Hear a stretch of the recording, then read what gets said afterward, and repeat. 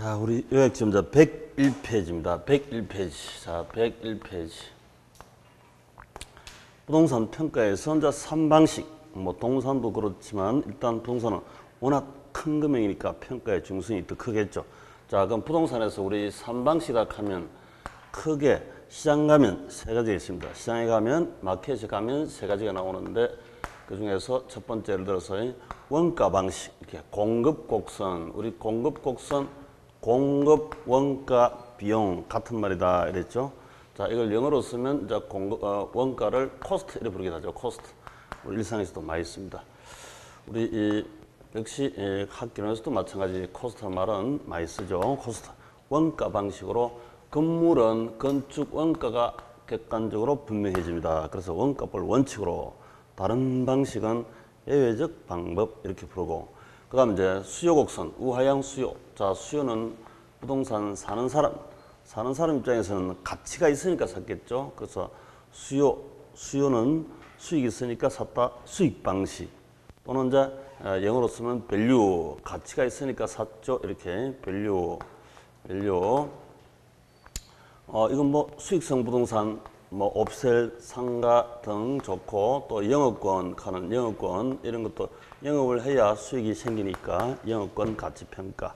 이런 경우는 수익 방식, 밸류, 사는 가치로 평가하는 게 좋다.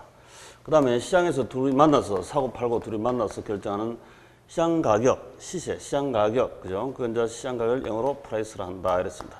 토지 같은 경우는 원가 방식으로 사람이 만들 수도 없고, 부정성에 따라서 만들 수도 없고, 또 수익 방식으로 맨 땅만 임대해서 수익이 거의 적습니다. 그래서 수익 방식도 거의 되지 않고 바로 주변의 거래 사례 비교 큰데 7억쯤 되겠습니다. 이렇게 비교 방식, 원가 방식, 수익 방식, 3방식. 자, 중에서 지난주에 이제 이거 두 개는 하였고요. 오늘 이제 원가 방식 한번 보자. 원가 방식이다. 자, 101쪽에 그 원가법, 원가 방식으로 시산 가격 구하는 방법을 우리가 원가법이다 이렇게 한다 했죠. 원가법을 통해서 원가 가격을 구합니다. 자, 원가. 자, 예를 들어서 이 예를 가지고 그냥 전부 다 이렇게 갖다 이론적인 설명을 덧붙여서 집어넣어 버리면 됩니다. 그냥 이론을 기억하기란 너무 무리가 따르고. 자, 그러면 이제 건물을 신축해서 이 건물이 10년 지난 이 중고 건물이 얼마짜리인지 평가한다 이렇게 가정을 하시고요. 이걸 지난 연수를 보고 우리가 경과 연수다 이렇게 부르죠. 경과 내용 연수 이렇게 부르죠. 경과 내용 연수. 전체 이 건물이 30년간 사용한다. 자, 30년 사용하는 중에 이 내용 연수를 30년 내용 연수를 세 가지를 얘기한대요. 우리 저 3방식 있듯이 물리적 내용수, 기능적 내용수, 경제적 내용수, 뭐 법적 내용수. 법적 내용수는 거의 쓰지 않습니다. 이건 회계학에서 쓰는 것이고, 감정평가에서는 시세 평가, 시장 가치 구하는 중심이니까 경제적 내용수 이렇게 쓰죠. 자, 그래서 우리가 이 내용수는 경제적 내용연수다 이 말이지. 이 시장에서 경제란 말은 사고 파는 시장이니까 시장에서 재밥벌이 하는 가치가 있는 그 평가하는 거죠. 경제 내용수. 이것도 우리 시험 출제 문제입니다. 뭐 물리적, 기능적, 법적 내용수 아닙니다. 경제 내용수다. 이것도 다 출제 문제이죠. 그 다음에 기준 시점. 자, 평가 시점. 이 중고 건물을 기준 시점에 평가하는데 기준 시점, 평가 시점 이렇게 불러도 좋고, 기준 시점이다 이렇게 쓰죠. 기준 시점. 이 기준 시점 평가 연수 10년 지난 후 기준 시점, 이 중고 건물을 지금 평가하고 있습니다. 그래서 이 기준 시점이라 하지 않고 뭐 취득 시점, 신축 시점, 현재 시점 하면 다 틀립니다. 땡땡땡 이렇게 출제를 다 했습니다. 그래서 고약집에 우측에 다 적어놨죠. 취득 시점, 신축 시점, 현재 시점 하면 틀린다. 기준 시점이라 한다. 자, 그러면 이제 10년이 경과했다면 전체 내용수 30년 중에서 10년 경과하면 앞으로 몇 년 남았습니까? 20년 남았죠. 20년. 이 20년 남은 이걸 보고 잔존 내용연수다 이렇게 합니다. 잔존 내용연수. 그래서 총 경제 내용수 30년 중 10년 경과했다면 앞으로 20년 잔존 남았다 이렇게 할 수 있죠. 그 다음에 우리 관찰법이라 하는 게 있어가지고 관찰법. 이 건물을 잘 관리했으면 우리 자기 관리를 잘하면 젊어 보이죠. 마찬가지로 이거 실제 10년 지났지만 7년밖에 안 지난 것처럼 보인다 하는 이런 유효 경과연수 이런 것도 쓰죠. 유효 경과 내역연수 이렇게 부를 때도 있고 유효 경과연수가 관리 잘했으면 이게 짧게 그리고 잔존연수는 더 오래 살겠다. 잔존 내역연수 그중에서 유효 잔존연수는 더 훨씬 더 오래 갈 수 있다. 이런 식으로 이제 표현합니다. 유효 경과연수, 유효 잔존연수. 자, 그다음 본격으로 이제 평가입니다. 이 건물을 신축했다면 들어갈 돈 이걸 보고 우리가 재조달 원가를 한다. 재조달 한다면 들어갈 코스트 재조달 원가. 실제 신축은 10년 전 이때 신축했겠죠. 근데 지금 10년 지난 후 2018년 10월 27일 시점 기준 평가 시점 그때 신축한다면 면 하는 건 이제 만일 if가 들어가 있죠. 재조를 한다면 들어갈 코스트 가상 예를 들어서 100억이라도 100억. 그리고 20년 지나고 나서 잔존 가치 10% 10억이 있다면 자, 우리 시험에서 잔존 가치가 0% 또는 마이너스 10% 이럴 수도 있습니다. 우리 폐강 같은 경우는 광산은 폐강하고는 폐강 비용이 더 들어가죠. 그때는 가산할 수도 있습니다만 수험은 거의 안 나왔고 그러니까 신경 쓰지 마시고 잔존 가치가 0이다 또는 잔존 가치가 10%다. 요 잔존 가치 10% 이게 제일 시험 많이 나왔어요. 그래서 잔존 가치 10% 가정해서 일단 풀어보겠습니다. 자, 재조원가가 100억이고 100억 이 재조원가 잔존 가치가 10억이라면 이 총 전체 30년 동안에 90억이라는 돈을 감가수정 대상액이 됩니다. 감가수정 대상액은 90억이다. 90억. 자, 청약법으로 한다면 우리 일정 금액법 n분의 1 하는 공식을 할 것도 없고 n분의 1 바로 30분의 1 이렇게 해서 1년치 감가수정액이 나옵니다. 자, 그러면 전체 90억에서 30분의 1 하면 1년에 얼마씩이죠, 이게? 90억 나누기 30년, 1년 3억씩이죠, 3억. 1년에 1년 3억 이렇게 10번, 또 3억 이렇게 해서 20번 다 합치면 90억이 전체 감가수정이 되겠죠. 작년에 우리 계산형 이게 출제됐습니다. 늘상 예로 들어서 제가 이렇게 하고 있는데 그대로 출제된 작년에 그대로 출제된 거 다뤄봅시다. 뭐냐면 작년에 출제가 제조동가에서 잔존가치가 10%일 때 매년 정액법으로 상각되는 비율이 얼마냐 이렇게 물었거든요. 그러면 3억이죠. 3%죠. 3%가 답이야. 작년 시험 문제 계산형. 자, 그러면 이제 경과연수가 10년 지났으니까 1년치는 3억이지만 10년치 전체는 얼마다? 30억이 되죠. 30억. 이게 바로 10년치 감가상각은 과거 경과연수에 대한 감가상각이다 하는 이것도 시험 나와요. 이론형으로. 그래서 이 유형을 보고 그대로 말을 잘 매칭을 시키면 됩니다. 그래서 30년간 과거 감가수정 누계입니다. 30억. 그러면 이제 재조정가 100억에서 감가수정 누계 30억을 빼면 적산 가격이 얼마다? 70억. 이게 이제 적산 가격이다. 중고 건물 평가액 70억. 적산 가격. 바로 이 적산 가격을 구하는 작업이다. 이랬죠. 적산 가격. 자, 다시 한번 간단히 봅시다. 10년 지난, 경과연수 10년 지난 이런 중고 건물 평가를 하고 싶은데, 이때 신축했다면, 건물 같으면 재조달 원가라는 것은 신축이고, 자동차 같으면 새걸로 취득했다면 재취득 원가 이렇게 부르죠. 이때 새걸로 신축한다면 들어갈 돈이 100억이다. 100억. 이라면 잔존가치 10%. 100억에 10%, 10억이죠. 10%라면 주로 잔존가치 10% 출제합니다. 그러면 100억 빼기 10억, 이 90억이 전체 총 경제 내용수원에 상각할 감가상각 누계액입니다. 감가수정이라고 가지고 있어요. 감가수정 누계액인데 감가수정 누계 90억을 가지고 정액법으로 n분의 1로 푼다면 n분의 1이 정액법인데 n분의 1로 하면 1년에 3억씩. 그래서 우리 30년 동안 매년 3억씩 하면 90억이 되는 거죠. 3억. 매년 균등, 연정액, 균등상각 3억 그렇습니다. 10년 경과했으므로 총 감가수정누계액은 30억이다. 그러면 제조원가에서 감가수정누계액을 차감하면 70억. 이게 이제 중고건물 시산가격 원가법으로 구한 적산가격이다. 이렇게 보면 되겠지. 자, 요 놈을 찾으려고 쭉 훑어봤습니다. 실제 그대로, 이 논리 그대로 출제도 많이 했습니다. 그대로. 그래서 저걸 놓고 혼자 이론적인 걸 정리를 한번 해봅시다. 자, 요약집. 원가법. 감가수정하여 산정한다. 당연하죠. 이 감가수정 30억을 차감하여 작년에는요, 이걸 이론형에 이걸 가산하여 계산한 데서 땡, 그 문장이 틀린 겁니다. 그래서 이걸 가지고, 이 판을 가지고 개념을 집어넣어 보면 됩니다.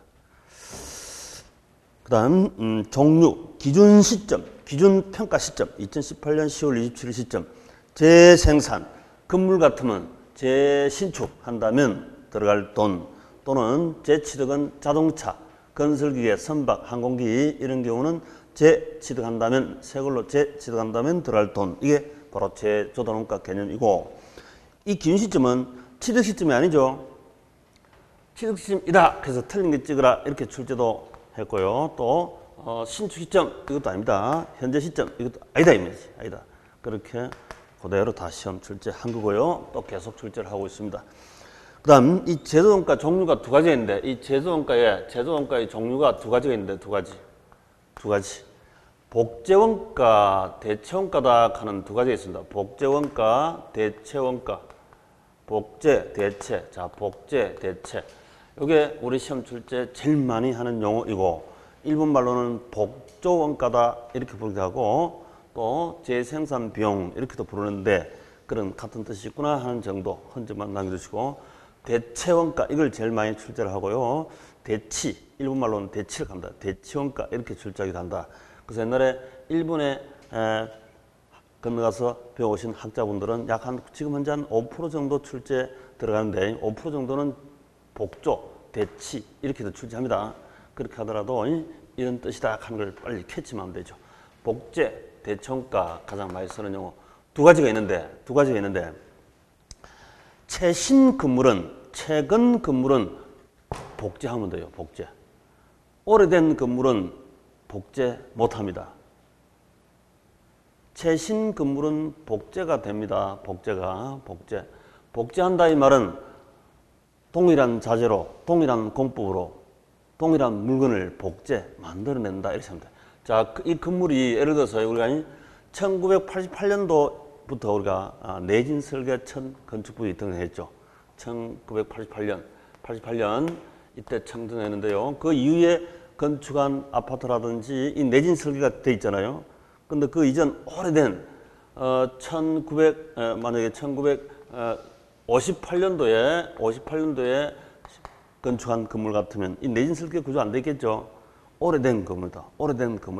첨성대, 만리장성, 남대문 아주 오래된 건물이죠. 그러면 동일한 자재, 동일한 공법으로 할 수가 없잖아요.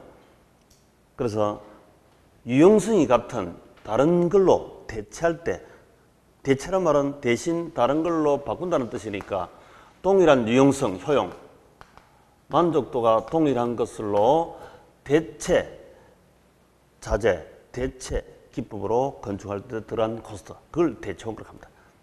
대체원가 이렇게 오래된 것, 이거 동일한 자재, 동일한 공법으로 동일한 공법도 없을 뿐더러 동일한 자재도 많이 달라졌죠. 일부 있을 수도 있습니다만 그래서 대체 다른 자재로 다른 기법으로 공법으로 동일한 만족도 주는데 들어간 코스트 이게 대체원가 대체 코스트 이거는 복제원가니까 복제하는 데 들어간 코스트. 최신 건물은 복제할 수가 있죠. 동일한 자재, 동일한 공법으로 복제가 됩니다. 오래된 것은 복제 불가이다. 이렇게. 자, 그래서 복제 원가 이걸 원칙으로 한다.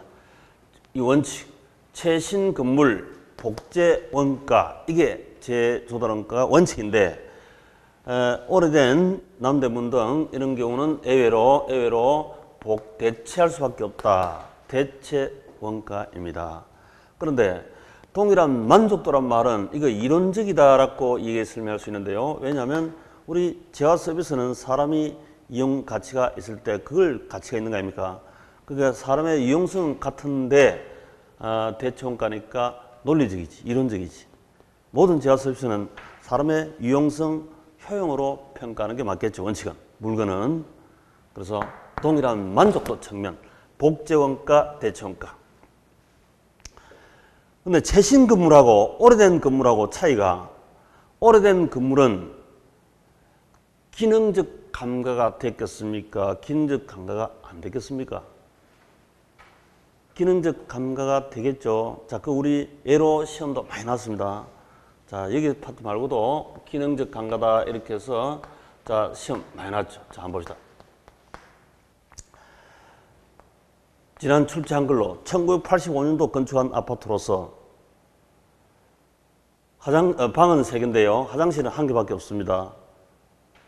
현재 아파트 건축보다는 냉난방비도 많이 들고 또 화장실도 1개 일반적으로 부족합니다. 그래서 이 아파트 값은 쌉니다. 이 말이죠. 옛날에는 추워도 견디고 배고프니까 먹을 것도 많이 없으니까 화장실 하나 있으면 되는데 지금은 등 따시고 배부르니까 저런 집에 살락하면 힘들어하죠. 그래서 이게 주거 기능으로서는 제 기능이 떨어집니다. 그래서 기능적 감가, 저렴하게 매도합니다. 이렇게 이제 얘기할 수 있겠죠. 그런 게 이제 기능적 감가예요. 오래된 아파트는 현재 아파트보다는 기능이 떨어지죠. 그죠? 기능이 떨어집니다. 그래서 기능적 감가. 남편이 신혼 때하고 할아버지 때하고 기능이 떨어지는 게 있죠. 세월 지나면 기능이 떨어지는 게 있다. 그죠? 기능적 감가. 제 기능을 못하는 기능적 감각하는 게 있습니다. 마찬가지 건물도 오래된 건물은 제 기능을 못하는 기능적 감각하는 게 있다. 기능적 감각. 자, 그래서 우리가 감가상각을 우리 감가를 그 밑에 보면 나와 있지만 물리적, 기능적, 경제적 감가 이런 3가지가 있습니다. 이렇게 3가지. 물리적 감가가 있고 기능적 감가가 있고 경제적 감가. 우리 기능적, 경제적 감가는 지난주에 많이 해봤습니다. 기능적 감가는 불균형일 때 기능적 감가 됩니다. 부적합하면, 시장에 부적합하면 경제적 감가 됩니다. 이렇게 했죠. 시험에 아주 출제가 잘 됐었습니다. 물리적 감가 이거 하나 더 붙이면 되죠. 자, 물리적 감가는 물리를 다른 말로 하면 뭐다? 물리를 자연하고 같다 그랬죠. 자연. 물리, 자연 같은 말이다 그랬습니다. 자연 따라, 네이처, 자연 따라, 세월 따라 감가되는 마모, 또 벽이 트고 또 오래되면 부식하고 이런 거 있죠. 세월 따라 감가되는 물리적 감가, 기능적 감가, 경제적 감가 3개 있는데 3개. 예를 들어서 하나씩 각각 10억씩이라면 기능적 감가 10억, 복제원가가 100억인데 기능감가 10억을 차감하고 나면 대체원가는 90억이 된다. 90억. 대체원가는 90억. 일반적으로 복제원가가 크다. 어느 만큼 크냐? 기능적 감가된 만큼 복제원가는 크고 대체원가는 적습니다. 오래된 건물은 기능이 감가한다. 그죠? 제기능 감가. 그래서 대체원가가 일반적으로 적고 같을 때도 있습니다. 기능이 같으면 같을 수도 있죠. 기능적 감가되니까 일반적 대체원가가 적다 이 말이지. 크기 비교. 자, 요거는 이제 이론형으로 출제할 때 한두 번 했었는데요. 이게 기능적 감가 된 상태가 대체원가입니다. 그래서 복제원가, 대체원가 100억에다가 30억을 차감해서 적상 가격 70억을 구하고 그 다음에 대체원가로 복제원가로 구했을 때는 차감 20억 물리적, 경제적 감가만 하면 됩니다. 이미 기능적 감가는 여기서 돼버리죠. 기능적 감가 된 상태에서 대체원가를 구했기 때문에 20억만 차오면 됩니다. 이걸 가지고 시험 2번 출제인데요. 가령 복제원가에다가 다시 기능적 강가를 합니다 하면 틀리죠. 30을 빼쁘면 60을 빼쁘잖아요. 틀리지. 그래서 복제원가에서 다시 기능적 강가를 하면 안 됩니다. 대체원가에서. 대체원가 자체는 복제해서 기능 강가된 게 대체원가입니다. 오래된 건물은 기능이 강화되어 있습니다. 그렇게 흔적을 가지고 계시고요. 오래된 건물은 기능이 강화되어 있습니다. 그게 바로 대체 원가입니다. 그래서 기능적 강가를 또 차감하면 이중 더블 강가되어서 X 틀린다 이 말이죠. 그걸 이제 우리 이론형 시험 출제를 계속했죠. 이 속에 이론형 말로 출제하는 게 그 이론입니다. 그래서 이론하고 계산형을 같이 했을 때는 계산형을 이해하고 나면 이론은 외울 필요가 없습니다. 간단해집니다. 자, 그래서 한번 읽어보시면 원칙, 복제 원가, 동일 또는 유사한 자재로 동일한 부동산 복제, 건축 기법으로 복제 만들어내면 됩니다. 동일한 물건 만들어내니까 물리적 측면, 실무적이다, 최신 건물에 적합합니다. 그 다음에 예외, 대체 원가, 복제가 안 되면 오래된 건물은 복제 불가할 때가 많습니다. 그래서 대체해야 되는데 유용성, 만족도가 동일한 부동산으로 다른 대신, 다른 자재, 다른 공법으로 대체하는 데 들어간 원가. 유용성 측면, 동일한 효용이니까 이론적이다. 오래된 건물 적합합니다. 자, 크게 비교하면 복제 원가가 일반적으로 크다, 대체 원가보다. 어느 만큼 크다? 기능적 강가 안 된 만큼 크고 대체 원가는 기능 강가 된 만큼 복제보다 적다. 이렇게 하면 되지. 그 다음에 이 구하는 방법이, 제조원가 구하는 방법이 평가 대상 부동산에서 직접 구하는 방법, 직접법. 다른 사례 부동산으로부터 구해오는 간접법 두 가지가 있습니다. 자, 직접법은 총 가격적 산법이다. 이 말은 이 건축하는데 재료비, 노무비, 경비 들어갔죠? 이거 토탈 합쳐가지고 구하는 방법 이 말이고, 그 다음 부분 단가 적용법이다. 이 말은 뭐 벽체라든지 또 기둥이라든지 지붕이라든지 골조라든지 핵심 원가 있죠. 그걸 가산해서 합치고 나머지는 통상부대비, 통상부대비용 합산 이렇게 해서 구한다 이거지. 그 다음 단위비교법 별표합시다. 단위비교법. 이론이나 실무나 시험도 잘 나오고 실무상도 또 중요합니다. 가령 예를 들어서 이 상가를 건축하는데 상가 건축하는데 평당 단가 건축비가 얼마 들까? 설계사무소 가면 단가 얼마 듭니다. 그다 지금 내가 뭐 1000평 건축합니다. 그러면 그 단가에다 1000평 곱하면 되죠. 한 평당 들어간 원가에다 1000평 곱하면 되잖아요. 근데 우리 실무 평수는 시험 안 나오니까 제곱미터당 이렇게 하지. 자, 상가를 예를 들어서 건축하는데 건축비가 제곱미터당, 단위당 100만 원씩 들어간다 합시다. 100만 원. 그러면 한 평이 몇 제곱미터이다? 약 3.3점 되니까 330만 원쯤 되겠죠. 실무상도 이 건축 비슷합니다. 단위당 원가 코스트 제곱미터당 100만 원 이렇게 된대. 근데 내가 지금 2000 제곱미터를 건축한다면 상가 연면적 2000 곱하면 단가 금액 나오겠죠. 건축비가 나온다. 이렇게 구하는 걸 보고 단위 비교법이라 한다. 실무상으로도 이렇게 많이 하고 있습니다. 그죠? 실무상으로도. 상가 건축하는데 단가 제곱미터당 100만 원 들어갑니다. 뭐 전원주택 뭐 단가 120만 원 들어갑니다. 이런 식으로 해서 면적을 곱하면 되니까. 단위 비교법 딱 별표 두시고 변동률을 곱한 변동률법도 있고 간접법도 역시 다른 부동산과 비교해서 단위 비교하기도 하고 변동률 자 표준 건축비 더하기 통상 부대비 이랬습니다. 이때 이거 이 100억을 어떻게 구했냐고 물으면 이거는 지금 우리 이 상상 속의 가상치이지 실제 들어간 돈이 아니잖아요. 그래서 표준 건축비 더하기 통상 부대비 이렇게 해야 됩니다. 실제 건축비 더하기 실제 부대 비용하면 X 틀립니다. 표준 건축비 이게 표준이죠. 표준 건축비 더하기 통상 부대 비용 이렇게 되지. 뭐 실제 건축비 실제 부대 비 하면 땡 틀려. 자 표준 건축비 직접 간접 공사비 그리고 정상이윤이 들어갑니다. 그거 주의하시고 정상이윤 안 들어간다 해서 시험 출제 한두 번 했죠. 정상이윤이 들어갑니다. 자, 우리 시장 가치 속에는 정상 가격 속에는 정상이윤이 포함된다고 경제론에서부터 줄기차게 똑같이 공부를 해왔습니다. 똑같아요. 그 다음 개념 제주도안과에서 감가 수정두 계획을 차감하여 시산가격, 적산가격을 구하는데 감가 요인 세 가지 물리적, 기능적, 경제적 감가 있습니다. 그렇죠? 이렇게 물리적, 기능적, 경제적 감가 세 가지. 자, 물리는 자연 현상이죠. 자연, 네이처, 자연하고 같은 말이다. 세월 따라 물리적으로 사용하면 닳고 시간 경과하면 노후화되기도 하고 마멸 또 파손, 자연재해입니다. 이거는 인재가 아니고 자연재해. 번개 맞아도 좋고 홍수로 인해서 건물이 역시 자연재해로 인해서 감가되는 이걸 물리적 감가라 한다. 그 다음에 기능적 감가는 기능적으로 제 기능을 못해서 감가되는 건데요. 진부화, 구시가 됐다.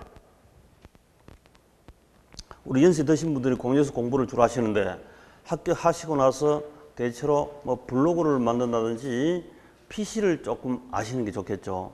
요즘은 SNS 시대니까 그걸 모르면 마케팅 하기가 힘들어집니다. 그래서 좀 하셔야 되지 옛날 PC하고 건축하기도 싫어 이거 하면 사람이 구식화, 진부화돼서 제 기능을 못하게 됩니다. 그래서 PC를 좀 배우셔야 합니다. 자기 자신이 제 기능을 못하면 기능적 감가가 되죠.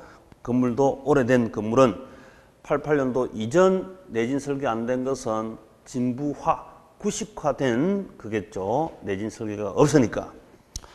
그 다음에 건물과 부지에 부족하다. 땅은 너무 좁고 건물이 너무 크다든지 건물이 너무 작고 땅이 크다든지 또는 생산요소, 토지, 노동, 자본, 경영, 생산요소가 서로 부족하든지 하면 제 기능을 못합니다. 제 기능을 못해서 기능적 감가 될 수 있다. 자, 근데 물리적 기능적 감가 이 두 개는 자기 자신 문제다, 타인과의 문제다. 자기 자신 문제죠, 이게. 이 자기 자신 문제지, 자기 자신. 자기 자신 문제니까 이거 내부, 건물 내부, 자기 자신 불균형이면 나타나는 기능적 감가입니다. 균형의 원칙과 관계됩니다. 이렇게 해서 우리 시험에 이 파트 말고도 벌써 여러 번 출제했죠. 균형의 원칙, 내부 자기 자신 문제입니다. 자신과의 싸움입니다. 이걸 꼭 가지고 계셔야 됩니다. 그 다음에 경제적 감가. 자, 그 밑에 경제적 감가라는 이 말은 이 경제적 감가는 타인과의 싸움, 외부. 이 시장 문제이기 때문에 척합의 원칙. 서민주거지에 고급 빌라를 건축해서 건축비를 회수 못한다. 그거는 시장에 부적합하기 때문에 경제적 감가가 된 거죠. 그렇죠? 그렇게 해서 사례 문제로도 그대로 출제를 하고 계속하고 있습니다. 그래서 경제적 감가, 경제란 말은 사고 파는 건데 시장에서 사는 사람이 부족, 인근지역 쇠퇴, 인구 감소 등으로 수요 감소로 감가되는 겁니다. 경제적 감가. 그래서 물리적, 기능적, 자기 자신, 물리, 세월 따라 머리 털도 쉬고 또 피도 뽀스뽀스해지고 허리도 굽고 그 다음 기능적 감가, 세월 지나면 제 기능이 잘 안 되는 게 나타납니다. 기능 감가. 경제 감가는 시장에서 나를 찾아주는 사람이 적어서 감가되는 현상, 경제적 감가라 한다 이거지. 지금 원가법 이 파트 말고 우리 앞에서는 가격 재원칙에서 시험 나오는 거 아닙니까? 거기서 나오고 여기서 나오고 알고 보면 다 같은 거니까. 알고 보면 깨치고 보면 학교는 다 같은 거니까 따로 별도로 열 필요가 없다는 겁니다. 같이 연결만 하시면 돼요. 자, 그 다음 우측에 원칙, 경제적 내용수의 감가 수정하는 방법, 정액법, 정률법, 기금법 세 가지. 자, 정액법. 그게 우리 건물에서는 계속 출제됐었는데 작년에 처음으로 정률법이 출제가 됐습니다. 자, 정액법은 n분의 1이라 n분의 1. 간단하게 얘기해서 n분의 1 이게 정액법이다. n분의 1. 경제내용수 30분의 1 하면 1년에 3억씩 3억 일정 금액 상각법 정액법이라 한다. 이렇게 됐죠. 그래서 정액법은 다른 말로 균등 상각이다. 자, 꼭 균등에 딱 이렇게 작은 별 쳐놓으시고 균등. 정액법은 균등 상각법. 그래서 제조도론가에다가 잔존 가치를 빼고 경제내용수를 나누기 하면 1년에 3억씩 정액 균등 상각액이 나옵니다. 그래서 감가수정 누계 경과연수를 빼주면 제조원가 배역에서 감가상각 무색을 빼주면 그게 적산 가격입니다. 그렇게 이론적으로 쭉 적어놨죠. 사실은 이론적으로 적은 걸 볼 필요 없잖아요. 이것만 보면 자동으로 그게 나오는 거니까. 그 다음 이제 정률법. 자, 정률법. 정률법 봅시다. 정률법. 어려운 방법인데 알고 보면 쉽다. 자, 정률법. 1차 년도에 100억이 제조원가입니다. 정률이 작년 시험 나온 걸로 해볼게요. 작년 계산형 30% 대 일정 상각률법. 이게 정률법이에요. 정률법. 자, 정률법, 일정 상각률법, 정률법인데 정률법 100억에 30% 곱하면 이게 얼마죠? 100억 곱하기 30%. 30억이지, 30억. 1차년도 감가수중 누계액이 30억이다. 그 다음에 2차년도에는 작년에 2차년도 이제 계산하고 바로 물었습니다. 2차년도는 100억 제조원가에다가 감가수중 누계액 30억을 차감하여 일정 상각률 똑같은 30% 이렇게 하면 되는데, 자, 그러면 요게 70억이죠, 70억. 이걸 보고 말로는 이제 뭐라고 부르냐면 거기 나와 있습니다. 미상각 잔액에다가 정률을 곱한다. 이렇게 정리해놨죠, 말로. 그 말이 훨씬 어렵다니까. 계산은 쉬운데. 자, 70억 곱하기 30%, 37, 21 얼마다? 21억이죠. 70억 곱하기 30%, 37, 21, 21억 이렇게 되지. 그러면 두 개년도 감가상각 누계액은 51억입니까? 그죠? 51억. 51억인데, 그럼 이제 제조론가 100억에서 2년치 감가수중 누계 51억 차고 나면 미상각 잔액은 49억이죠. 요게 작년의 답입니다. 작년 문제 답이라 답. 이렇게 찾아도 되고요. 작년 문제 이렇게 해도 됩니다. 100억에다가 100억에 상각률이 30%면 미상각률은 70% 아닙니까? 미상각 잔액은 70% 되죠? 그걸로 이제 말이 나왔습니다. 미상각이 70%다. 그래서 요 70% 하면 1차년도 말은 미상각 잔액이 70억이 되고 여기에다가 다시 70%가 2차년도에 남아있는 겁니다. 77이 49, 49억이 남아있죠? 이게 작년의 답이에요. 답. 그래서 이거는 공식이라고 또 혹시 이걸 두 개 넣어갖고 뭐 제곱 이렇게 이어지 마시고요. 그냥 그대로 상식적으로 생각하시면 됩니다. 상각률이 30%면 미상각률은 70%지 뭐. 당연하지.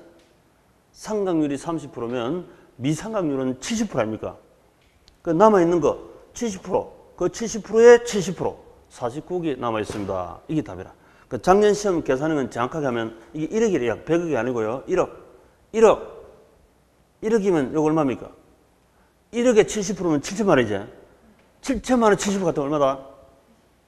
그죠? 4,900만 원. 이게 작년에 이제 정답이다. 똑같은 문제. 그래서 이게 정률법. 일정 상각률이다. 이것 때문에 정률법이라는 명칭이 붙었고, 정률법은 결론적으로 보면 금액이 30억, 21억 이렇게 줄어들죠. 그래서 결론은 정률법은 체감, 그 적어놨죠. 작은 별표 치시고 체감 상각법이다. 이걸 잊지 마시고, 이론형으로 출제할 때는 정액법은 균등 상각이고 정률법은 체감 상각법입니다 하면 맞는데, 바꿔가지고 정률법이 균등 상각이고 정액법이 체감 상각법입니다 해서 틀린 거 찍어내라. 이렇게 해서 몇 번 출제를 했습니다. 그게 바로 시험 문제니까. 다음 이제 기금법이란 말이 있죠. 기금법. 자, 기금법. 기금이란 이 말 자체가 벌써 은행에 기금 불입한다 이런 뜻이겠죠. 은행에 기금 적금 불입하면 은행에서 이자를 줍니까 안 줍니까? 기금 불입하면 이자 준다 안 준다? 이자를 주죠. 이자. 기금하고 이자하고 합쳐가지고 90억 되면 돼요. 30년 후에 90억. 100억 빼기 10억 하면 90억이잖아. 90억. 정액법은 1년에 3억씩 30년 하니까 90억이 되는데 정률법은 기금 더하기 복리 이자 합산해서 90억 되면 되니까 여기다가 만약에 기금을 1년에 3억씩 기금을 불입하면 30년 동안에 은행에다가 이렇게 기금을 3억씩 넣으면 90억 하고 기금 이자 풀어납으면 90억보다 훨씬 많아질 뻔겠죠. 그렇게 하지 말고 약 한 예를 들어서 2억 5천 넣어가지고 2억 5천씩 기금을 불입해가 이자까지 합쳐가지고 90억 만들면 되는 기라 이렇게. 그래서 결론은 정액법은 3억인데 매년 기금법은 정액보다 크다 적다? 적다. 그렇죠. 요거 말면 돼. 이거만. 적다 하는 거. 이 계산형 시험 안 나오니까 적다 하는 것만 알고 있으면 돼요. 적다. 기금법의 매년 상각액은 정액법 금액보다 적다. 이렇게. 그래서 그 밑에 간단한 그림 하나만 그려주시면 정액법은 매년 3억씩 같아지게 3억, 3억, 3억 이렇게 3억 같았잖아. 그죠? 30년 동안. 근데 정률법은 처음에는 많고 갈수록 적어지는 체감 상각이랬어. 체감. 기금법은 정액법 3억인데 기금법은 2억 5천. 그보다 적죠? 그래서 정액법보다 적다 하는 요 세 개 그림 흔적만 아시면 돼요. 요것만 가지고 계시면 전체가 흐름이 잡히니까. 그래 놓고 이제 초기에 요걸 놓고 이제 초기 이렇게 부르죠. 초기. 우리 시험 출제 아주 잘하는 것 중에 하나가 초기에는 정률법이 상각 금액이 제일 크고 기금법이 제일 적고 정액법은 가운데 있죠. 가운데. 자, 요렇게만 파악해 주시면 됩니다. 자, 그 다음 왼쪽 하단부에 예외 관찰감가법 분해법. 자, 유효 경과연수, 유효 잔존연수 아까 말씀드렸죠. 그 다음 분해법이다 하는 말은 이 감가상각 이 세 가지를 물리적, 기능적 감가는 물리적 감가하고 기능적 감가 이것은 자기 자신 문제니까 자기 자신을 수선, 대수선 등 해서 고칠 수 있는 게 있고 수선해도 못 고치는 게 있습니다. 그래서 고칠 수 있는 것, 고칠 수 없는 것, 치유할 수 있다, 치유할 수 없다 이렇게 부르기도 하는데 치유할 수 있는 것은 치유 비용 이걸 감가수증액으로 보고 치유할 수 없는 것은 부동산 임대 수익이 감소하겠죠. 건물이 낡았으니까. 그래서 임대 수익 감소분 요 놈을 바로 감가수증액으로 봅니다. 수리할 수 있으면 수리 비용이 감가수증액이고 수리할 수 없으면 수익 감소분을 감가수증 누계액을 본다 이거지. 그 다음에 경제적 감가. 자, 경제적 감가는 치유할 수 있다 없다? 이 자기 자신 문제가 아니잖아요. 그냥 인구가 감소해서 경제 감가된 걸 내가 어쩌란 말이야. 나를 수순할 수가 없는 겁니다. 그래서 이는 치유 불가능이니까 치유 불가능은 수익 감소분을 감가수증 누계액으로 보면 된다. 이렇게 분해합니다. 분해.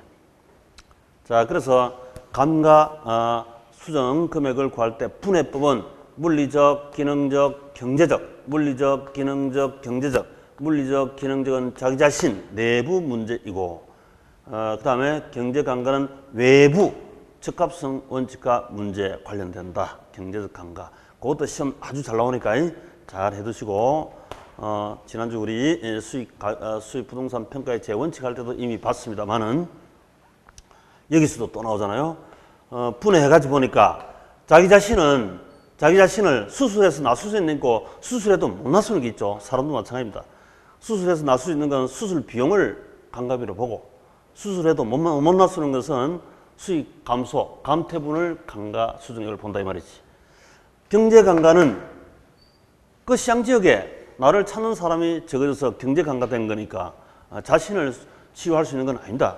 그래서 이거는 치유 불가능이고 수익 감소분.